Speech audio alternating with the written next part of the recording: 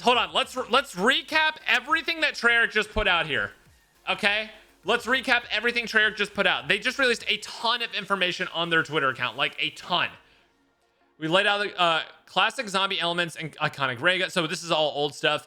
Perks and skill tiers. Let's take a look at perks specifically, which ones you'll be able to upgrade and utilize at launch, how they work, and for the first time in zombies history, how to upgrade them.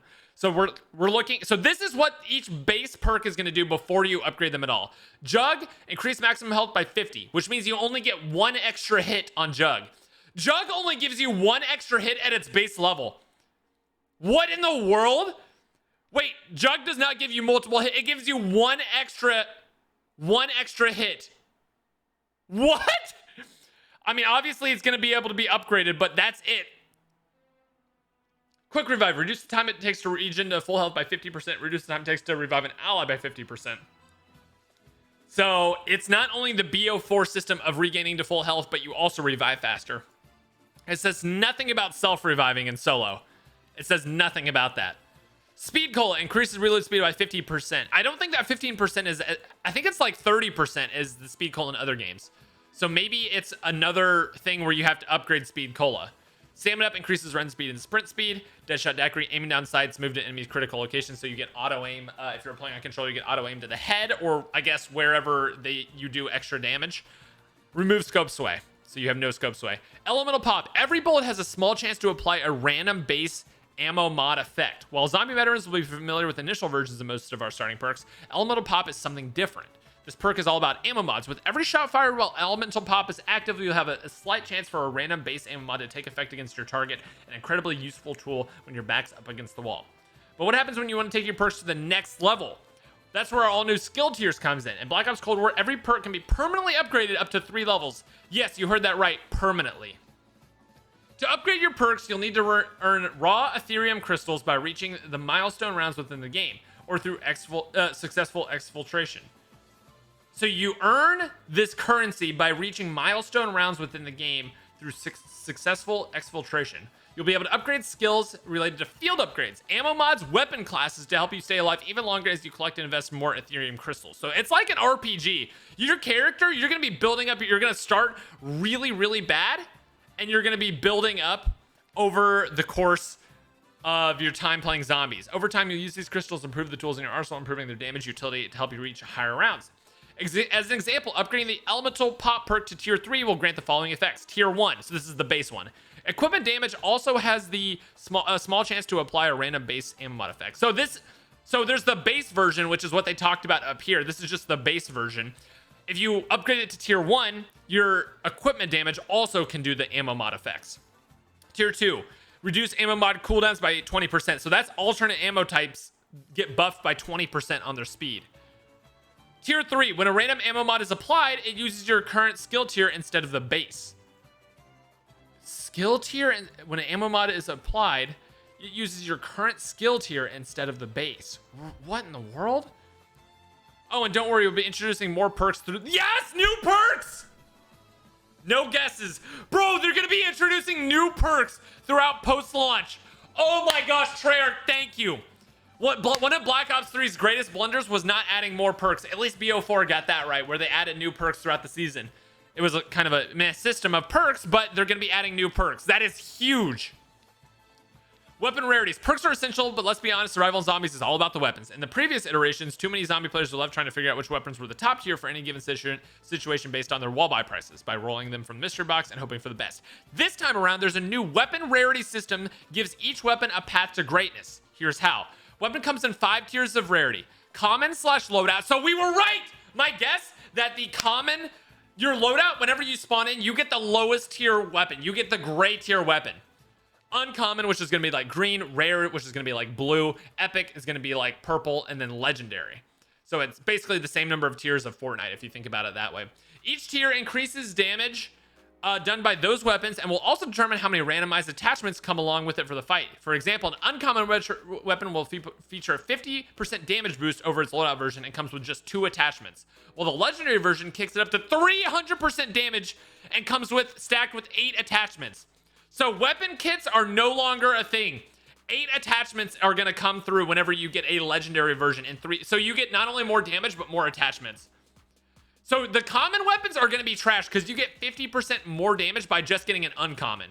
So what is this going to be? This is going to be 0%, 50%, 100%, 200%, 300%? For each tier, you're going to be getting tons of damage, like much more damage than you would buying double tap by just upgrading your weapon. So double tap is gone and replaced with weapon rarities. But how does that affect wall buys and mystery box guns, you may ask? Does this new system make those less effective? Great questions, fear not. Weapon rarities make wall buys and the mystery guns even more worthwhile in Black Ops Cold War by giving players more option in any given game. Buying your favorite weapon off the wall is now different every time with random attachments thrown into the mix. So the mystery box actually increases its odds of rolling high rarity weapons as the rounds get higher. So you get better chances of getting higher tier guns as the rounds go on. This creates a new layer of strategy to keep in mind as the match goes on. What happens if you hit the jackpot on your first spin in the mystery box and get an epic magnum at round 10? Then roll an uncommon AK-74U on your next spin. Let's just say you're more comfortable with SMGs, but you know your damage potential will become lower as a result of switching. Which one do you keep? Bro, this is so good. This is so good. Previously, if you found a strong weapon in the mystery box and you had very little motivation to return. Now, even if you roll a weapon you're happy with in the early game, you can return in 10 rounds later and buy it, try to roll a legendary version. The mystery box also now includes support items such as a sentry turret, war machine, and which always come in handy. So you can get these score streaks out of the mystery box as well. I've been playing zombies for 10 years, and this is the most excited I've ever been when opening the mystery box. Bro, that is huge. This is Pog. I like this a lot. Custom loadouts. Because we're bringing everything together, unified progression. Team's first chance to deliver custom loadouts and zombies. First and foremost, empowering players to bring all of their unlocked weapon and cosmetics into zombies takes up the action up a notch and gets everyone onto the higher rounds faster. This gives players much more freedom to play their way, especially for those who want to get a better feel for how much fun zombies can be after the first few rounds. Loadouts don't change the classic zombies formula as much as you might think, however. If starting out with the classic 1911 pistol is your jam, go for it. The team carefully considered how loadouts would affect weapon progression gameplay, and as such, loadout and zombies are simplified compared to those in multiplayer. You can only bring a single weapon, a field upgrade with your zombies loadout. So you get one weapon, and you get to pick your field upgrade. Furthermore, that single weapon will have its attachments and cosmetics, but will be the lowest rarity available. Exactly what I thought it was going to be exactly what I thought it was going to be balanced. This means your starting weapon won't be effective at killing zombies after a handful of early rounds, and you'll still need to get out there and find other weapons quickly. You can also upgrade the rarity of your loadout weapon in game, or any weapon for that matter, so you can keep your customized loadout weapon going to higher rounds if that's more your style. So not only are you going to be able to kind of like, I don't know what the right word is, you're going to be able to get higher and higher rarities of your base weapon, but you do have to like work for it. You know what I mean? You don't just get your starting gun and you're good. Field upgrades are entirely different for good reason. These tools are designed to fit the narrative of Cold War's dark ether story, provide a welcome power spike as part of the core combat loop without making players OP in the process. Zombies field upgrades available at launch include Frost Blast. Create a frigid blast of wind that deals frost damage and slows enemies caught inside of it. Slows enemies take additional damage. So this is what this is. Frost Blast. You shoot it on the ground, and it creates a blast of wind that deals frost damage and slows enemies inside of it. Healing Aura. Summons beams of energy down on yourself and allies to instantly heal to full health. Energy Mine. Creates a mine of pure energy that detonates on proximity of enemies, dealing explosive damage. Ring of Fire. Create a ring of ethereal fire that boosts damage for you and your allies. Normal enemies who enter gain a burning effect that deals fire damage. Lasts for 15 seconds. That sounds OP. That sounds OP right there. Holy cow. Ether Shroud. Phase into dark ether for 5 seconds, becoming hidden from enemy detection. So that's kind of like a zombie blood, except think of it more like a wraith portal, where you flip into like a different world for a few seconds. That's actually sick. The design of these field upgrades takes inspiration from several action-based abilities in previous zombie games, including certain gobblegums, elixirs, and even some non-passive perks. Each one is balanced with the appropriate number of zombie kills requiring to charge it. For example, Healing Aura has the upgraded ability to revive players on the map remotely, but requires doubles the kills to charge that an offensive-based field upgrade such as an Energy Mine. So Energy Mine will be good for like solo players going for high rounds, but not good. But you wouldn't want to use that for like a co-op game. You know what I mean? When you load into a match, you'll want to have one of these field upgrades unlocked in your custom loadout and ready to charge up, coordinate with the rest of your team before the match to make sure you've got a good balance of offensive, defensive, and support field upgrades to help everyone survive as long as possible. This sounds really cool, actually. Armor! Armor. Replacing the crafted shield of previous zombies experience. Armor provides a 360-degree layer of protection from the armies of undead. Armor can be found as a rare drop from enemies or purchased using salvage. When worn, it will mitigate a portion of incoming damage. Every hit will still deal damage, but its durability is limited. Although armor is partially repaired by picking up occasional armor shard drop from certain enemies, it's a finite resource, so you'll find yourself vulnerable again once you run out of salvage to repair it. You can fully repair armor by picking up a carpenter power-up. Armor can also be upgraded to additional levels, increasing its damage mitigation and durability. You're going to need it as round progress because zombies grow stronger every round. Remember that even when paired with upgraded jug perk, no amount of armor can save you if you find yourself overrun, especially as rounds gets higher and challenges increased. Okay, I don't know how I feel about armor. I was not a fan at all of armor in World War II. I was not a fan of armor at all. I'm going to have to play it to see how it plays. But armor is not a pog for me. Everything else I've read sounds super good, but armor is not a pog moment for me. I'm gonna be honest. We'll see how it plays. Armor is not a pog arenas because I can't. Maybe if it's super durable, way more durable than I think, then it'll be good. But it's not a pog moment. We've wanted to bring Scorestreaks to zombies for so long. Now that player progression is unified across modes, there's never been a better opportunity. Okay, yeah. Sometimes you need a little extra power to get out of a tight spot. That's where support comes into play. At launch, the available support selection will include, so you get a combat bow, a sentry turret, a war machine, chopper gunner, or a self-revive. So you can get a self-revive as a Scorestreak? Keep an eye out for one of these to pop into the mystery box if you're lucky, and those who are curious about how the calling of the chopper gunner works without being instantly ripped to shreds by zombies while you're controlling it. Any support that takes perspective away from your character will temporarily make you immune to damage and ignored by zombies while it's deployed. This ensures that parties can make use of support in solo games as well. So if you're playing, this is actually good. I still don't know how I feel, like how it's going to be balanced, but having the chopper gunner be something you can use in solo is a good thing. It's also kind of a get out of jail free card if it's used in a certain way, but you can use it in solo, which is good. Combat bow tutorial. I hate y'all. It pays to stay resourceful during an undead invasion in Black Ops Cold War zombies. Every zombie has a small chance of dropping resources, including salvage. So a salvage is how you're going to be able to like build everything. Armor and even lethal and tactical equipment. The tougher the enemy, the better the loot. As you unlock better equipment and score streaks through standard player progression, that content will also become available at the crafting table in-game and be crafted using resources. Pog. Hope you enjoy our game. Thank you, TREYARCH. Thank you. Definitely TREYARCH, guys. Definitely real, by the way. Rarity is also assigned to loot based on its effectiveness. For example, frag grenade is considered uncommon, whereas the monkey symbol is a rare drop. Optional exfil. Why die if you don't have to? With the new option exfil from the map, when your squad can't last much longer, you can roll the dice to try to survive long enough to escape with some extra rewards, but it won't be easy.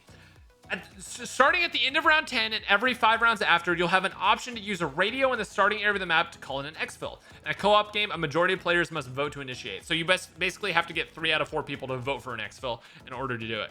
Once triggered, the normal round will end and you'll be given a new objective to reach the exfil site within a specific time limit. At this point, the zombies will begin to flood the area in a last-ditch effort to stop your squad in its tracks. Once you reach the site, a helicopter will fly in and hover until the zone is cleared before it can land. If you manage to make it to the chopper, you escape with some bonus XP and a chance to earn raw Ethereum crystals. Risk versus reward. So you basically get better rewards if you exfil than if you die, which I actually like. This gives players something to do other than just going for the Easter egg. Because currently it's either you just play to go to a high round and then you just die because you don't want to play anymore, or you do the Easter egg. And this gives a third option. I actually really like it. I didn't like it at first, but the fact that it is optional and it can only be triggered every 10 rounds, I really like. For the first time, we're bringing a location-based ping system to zombies players. This will function the same way it does in Black Ops Cold War multiplayer, but activated left on the D-pad and Z on keyboards. When you're marking the next door you need a friend to open, pointing out the pack-a-punch machine to a first-timer, or pinging the latest location of the mystery box for your squad, we think this feature brings a huge quality of life improvement. This is actually dope. Ping system in zombies is dope. That's a pog. Don't forget your treats. Don't think we leave you empty-handed for Halloween, did you? We've got even more goodies to share. Echoes of the Damned main theme. So this is the song. This has been out. This is the new version of Damned. I'm not going to listen to it because I don't know if it's copyrighted yet. So you guys can listen to that if you want to. For those of you who followed the endless Easter eggs revealed through Pawn Takes Pawn since the very beginning, you got the reward. So yeah. You got this. Zombies theme calling card was created commemorate the community's role in helping to solve the maze of secrets along the way. It comes bundled with the Pawn Takes Pawn themed weapon charm equip at launch. So you get the nuclear family right there. Also coming for DLC 5, a map dedicated to the Firebow tutorials with TVs all around the map with the secret video. I hate you all. Official cosplay guide. So that's right, Samantha Max is confirmed. If you weren't sure before this week, you might not have been keeping a close eye on that telephone keypad in the D Machine intro cinematic. We pointed that out, that she was typing in Max's to the phone. Zombies fan kit. Last but not least, we've assembled everything you need to celebrate your love of zombies in one place with the official Zombies fan kit, including all this stuff. Happy Halloween. We can't wait for you to jump into D Machine on November 13th. Pre-orders, stay spooky out there. Bro, this kind of... And then basically all these tweets are just talking about... all these tweets are just talking about the different stuff. I actually really appreciate this communication from Treyarch. I feel like it's been forever since they dropped this kind of info just to let us learn about the game with not through leaks, which is really nice. I appreciate the communication. I hope you guys do too, because this is new. This kind of stuff is new for Treyarch, for them to do this kind of stuff, and I really appreciate it. I love it. And B, it's sick to actually... I think all of this stuff is good. Again, I'm a little confused about how some of the stuff works. Like, apparently quick revive is going to be not used for self-reviving. That's actually going to be like a kill streak type thing where you earn it, which could be fine too, because that means you get unlimited revives in solo, which is nice. Armor is the only thing I'm like, well, I'll have to see how that works, because I don't know if I'm a huge fan of armor. We'll see. It could end up being something that integrates really well. That's the kind of thing that I'm going to wait to play. But these zombie field upgrades sound sick. It sounds like guns dealing like 300% damage, and that's even just their rarity. That's not even talking about Pack-a-Punch. It seems like actually killing zombies is going to be back on the menu. And that's the main thing that I wanted. People like killing zombies. Let me kill the zombies. You know what I mean? And that's the kind of stuff I love. So this, I thought, is an absolutely fantastic You're welcome, write-up. Big Daddy Noah 456 you woo. It's not Treyarch. That dude. So let me know what you guys think. I really like. I really like how this sounds. Personally, I really like it. How this sounds. Upgrading perks sounds sick. I think the progression actually like gives you a reason to play zombies and upgrade your character, get better and better at the game, upgrade your characters, everything like that. I think this is an absolutely insanely well done write-up, and I really like a lot of the stuff I learned on that. What do you guys think? Let me know in the comments, and if you haven't already, make sure you're subscribed. Make sure you're subscribed, boys.